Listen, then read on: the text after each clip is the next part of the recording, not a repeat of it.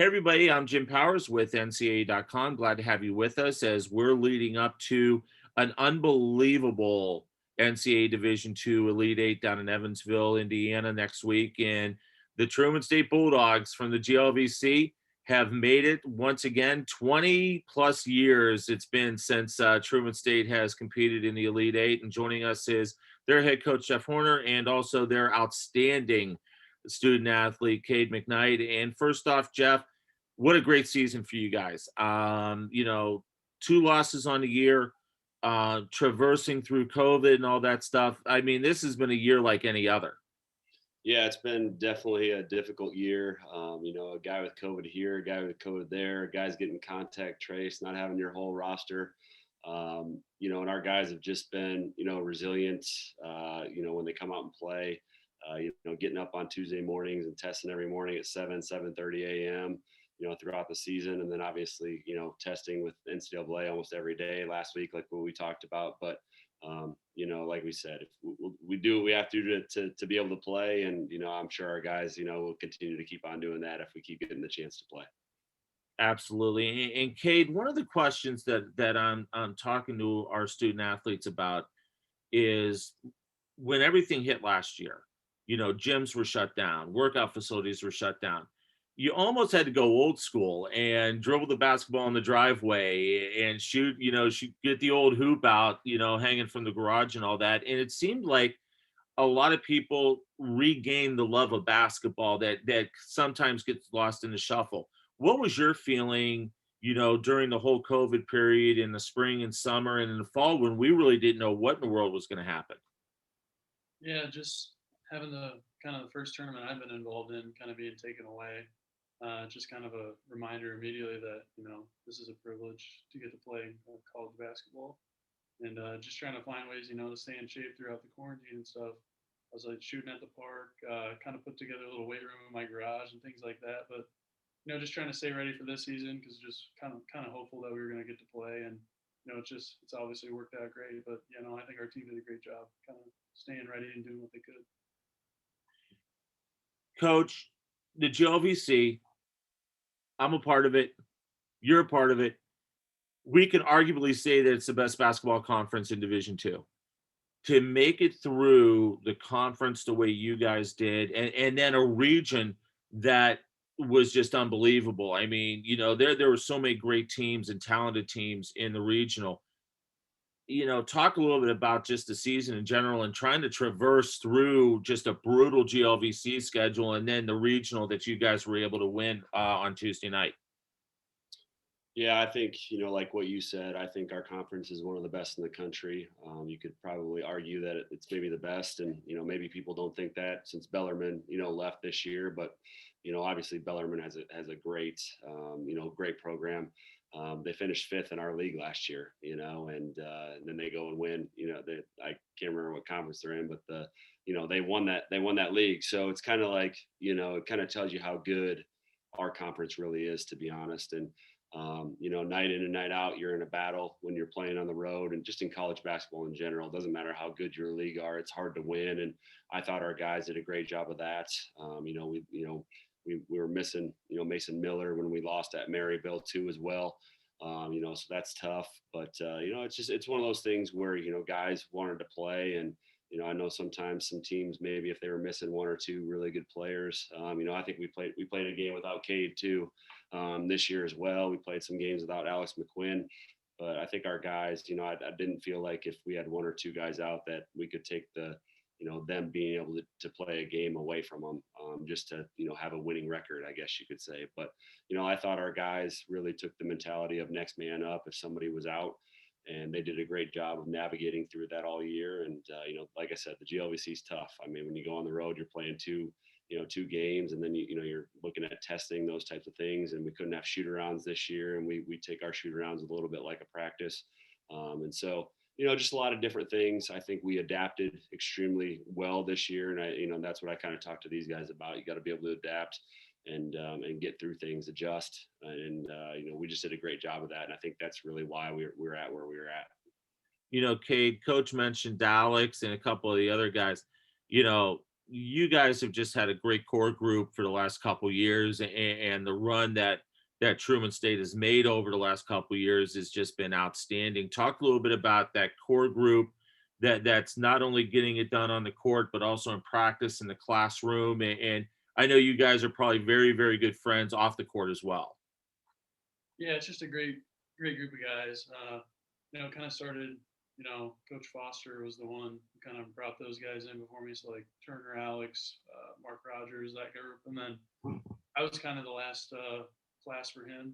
We just gelled really well, and then Coach Horters kind of knows Turner and I pretty well, just from obviously his past with Turner, and then he kind of recruited me up in North Dakota. So we've just kind of all come together. It's been just a family atmosphere here, and it's just kind of great to see what teamwork and just playing together does. All right, so here's another question I'm asking all the guys: who's better, at PlayStation and NBA or some of the other sports, or some of the other games? I know you guys do that a lot, probably on the road, because not a whole heck you can do on the road other than study. A sleeper would be Jake Messer. Yeah, he is crazy at all the games.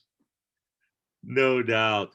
Let's talk a little bit about the region. And Jeff, I mean, that game against Michigan Tech the other night was just, you want to talk about roller coaster.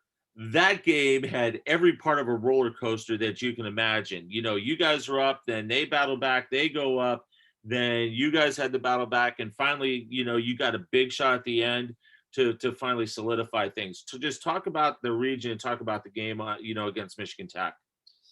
Yeah, it was crazy. We knew coming out playing against Ashland, we knew that they were playing really well too. And, they had a lot of really good pieces, and we were able to, come out and shoot the ball really well. We made 15 threes and played really good defense. And then, you get a day we prepared for Michigan Tech. We put our 4-man on their point guard, who wasn't really known as a shooter. We tried to plug it up in the middle of the lane. Was able to get out in the first half to a 28-18 lead. And we were playing really well. And then, we knew in the second half they weren't going to shoot like that again. And, they came out on fire. They were making shots. They went on a 23-4 run. I think Cade picked up his third foul with about 17 minutes to go. And then I put him back in, and he picked up his fourth foul with about 9 minutes to go. And so then it kind of really became, well, how do we navigate and figure some things out? We mixed in a few zones here and there. And then it was kind of like, well, are we going to make any shots? And I thought Turner Scott did a really good job of getting downhill and getting in the middle of the paint, which he hadn't been doing, up to that point.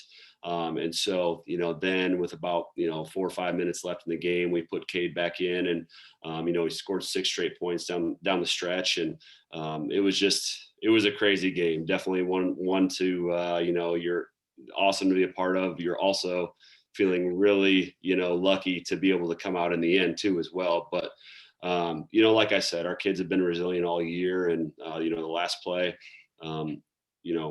I knew we had to go to Cade inside. He's the GLVC player of the year, and, there was no question. All right, we're going to him, and we're going to put it in his hands. And, but that just shows you as well, that just the hard work that he's put in over the years to get to that moment and be able to produce in that moment. Because, sometimes it doesn't go your way, even if he would have missed the shot. That's part of the game. But in the end, I thought we did a great job. And then we, on the inbounds play, and the Hunter Straight, who hadn't scored at all in the entire game, comes in and hits 2 clutch free throws to give us a 3-point lead. And luckily, we were able to knock the ball down. And like you said, it was just an up and down game. Michigan Tech was a great team, great passing team, tough kids that just played together. And, I thought that our two teams really mirrored each other. I watched that last play, and I tell you what, I love the set piece that you came out of that with. I mean, and Cade, I'm sure you wanted the ball in that moment. I think everybody in the world that was watching that game knew that you were going to get the ball at some point. Talk a little bit about what was going through your mind at that situation to, get the ball in your hands and get that bucket to put you guys ahead and literally get you to the Elite Eight. Well, I knew, once coach kind of drew the play up for me, I wasn't going to settle kind of for like anything like a jumper, just because you could try to put the refs in a little bit of a bind, try to get them to call a foul, that situation going to the rim. I just kind of wanted to go, with enough time still that if I missed it, we could still foul and, kind of have a chance. But, luckily made it. And then, maybe a little too much time on the clock, but you never complain when you got a 1 point lead. Uh, they kind of threw it away on that inbounds and they fouled Hunter, and then just trying to tip the ball down at the end, and Elijah kind of secured it, and there you go, you're off to the Elite Eight. But like you said, survive in advance. It doesn't matter how it looks at this point in the season. You just gotta win one at a time. No doubt. The one thing that, and Kate, I'll throw this to you. Watching, your guys' game against Michigan Tech, watching some of the other regions, and then obviously watching Northwest, Missouri and Northern State. I mean, it was big ball. It was big boy basketball. And that attests to just the talent in the Division II level. And I've said this all along. I think D2 basketball is terrific, but Cade, watching some of these games, it was just unbelievable seeing just the talent on the floor in these regional championships. Yeah, you mentioned the Northwest game. You got guys like Parker Fox and Hawkins and Hudgens, Diego Bernard, like those kind of guys. But all those guys, could play Division I basketball. There's really no doubt about it. It just speaks to the depth and the talent level.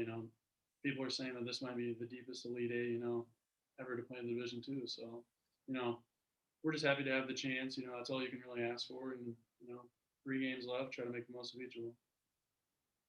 Jeff, I'll say this: you can throw the seeds out the window with this Elite Eight, because I think there's anybody that can come out and win this whole thing. But talk a little bit about Flagler, the seeding, and I agree with Cade. I think it may be. I know it's the deepest that I've been involved with, but I think any of the 8 teams can win this whole thing. Yeah, I was a little, the seeding was a little shocking to me, I guess you could say. We had the second most wins in the 8. We also have, same amount of losses as the number 1 seed, and no, more losses than anyone else in the tournament. We were one of only 2 teams to get to 20 wins, and I'm also with Northwest. Not really sure how they're not the 1 seed. I don't, that's so. I mean, like you said, it is what it is. But in the same sense, the criteria is, I don't know. It's interesting. So I felt a little bit like maybe it was a slap in the face a little bit to our league too as well, which I think is one of the best in the country, night in and night out too. But in the end, like the seeds don't really matter. You're going to have to beat really good teams regardless of who you play. Maybe they didn't want 2 Missouri teams in the meeting in the championship. I don't know. Maybe they wanted to make sure they got that game in, or they don't want to see the wooden stick coming back to fruition and you guys having to pass the stick around after the game to whoever wins it, right? that could be. So, but I think any of the team, in saying that, obviously you've got to win. So it's not, you got to beat, Flagler, you got to beat, West Texas A&M. I mean, it doesn't matter. So, but in the end, Flagler's a really good basketball team. They got some wins over a couple of D1s this year too. So their strength of schedule, I'm sure, was really good. It's always, I'm sure it was extremely difficult to seed the teams, and obviously I'm obviously biased towards our guys, so, but in the end, I'm sure Flagler wasn't, very happy to maybe see us either. So, but I think it's going to be a really good basketball game. They got a really good scorer. Honestly, I haven't looked that much at them yet. We got back at about 4:00 yesterday from Evansville. And so, kind of just tried to take the rest of the day to relax, and then been just doing a ton of meetings today. But Flagler's a really good basketball team. Like I said, they got, an amazing scorer. So we'll see what we can come up to try to stop him and just the entire team. Cade, how excited is everybody up in Kirksville right now? I know the levels just got to be off the charts with you guys making it down to the Elite Eight.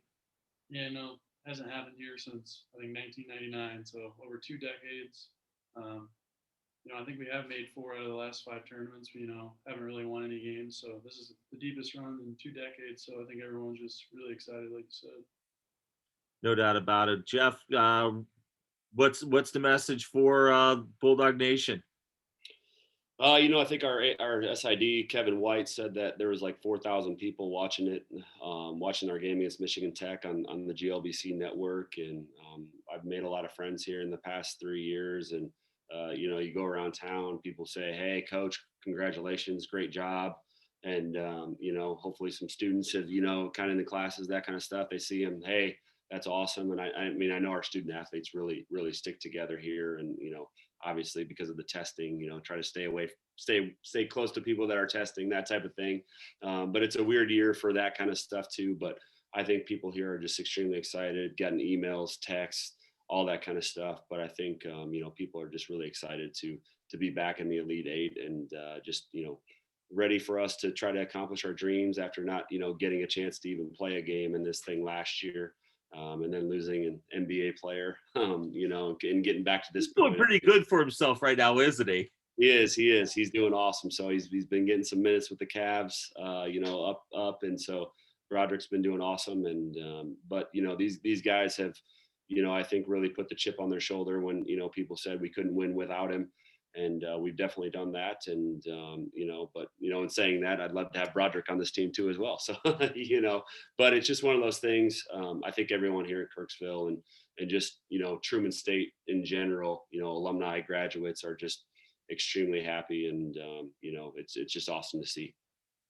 Awesome stuff, guys. Well, I appreciate time. I know it's a very busy time for both of you, but we appreciate you guys, and looking forward to seeing you play again next week down in Evansville, taking on Flagler on Wednesday. And it's going to be a lot of fun to see you guys, see how far you all can go. Awesome. Sounds good. Thank you. Thank you. No problem, guys. The crew from Truman State, they make it back to the Elite Eight for the first time in over 20 years. They'll be taking on Flagler on Wednesday, on quarterfinal Wednesday, down at the Ford Center in Evansville. We want to thank them, and we want to thank you for tuning in to NCAA.com for all of our pre-championship interviews. Thank you so much.